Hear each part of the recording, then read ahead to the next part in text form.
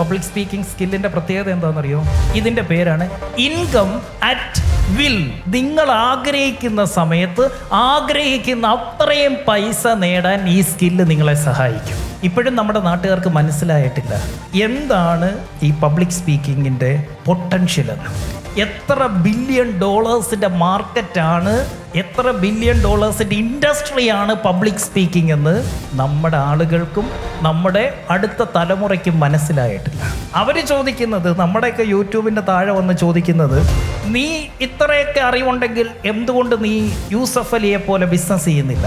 നീ അംബാനിയേക്കാൾ വലിയ ആളാവുന്നില്ല. അംബാനിക്ക് ഈ സ്കില്ലില്ല മിസ്റ്റർ.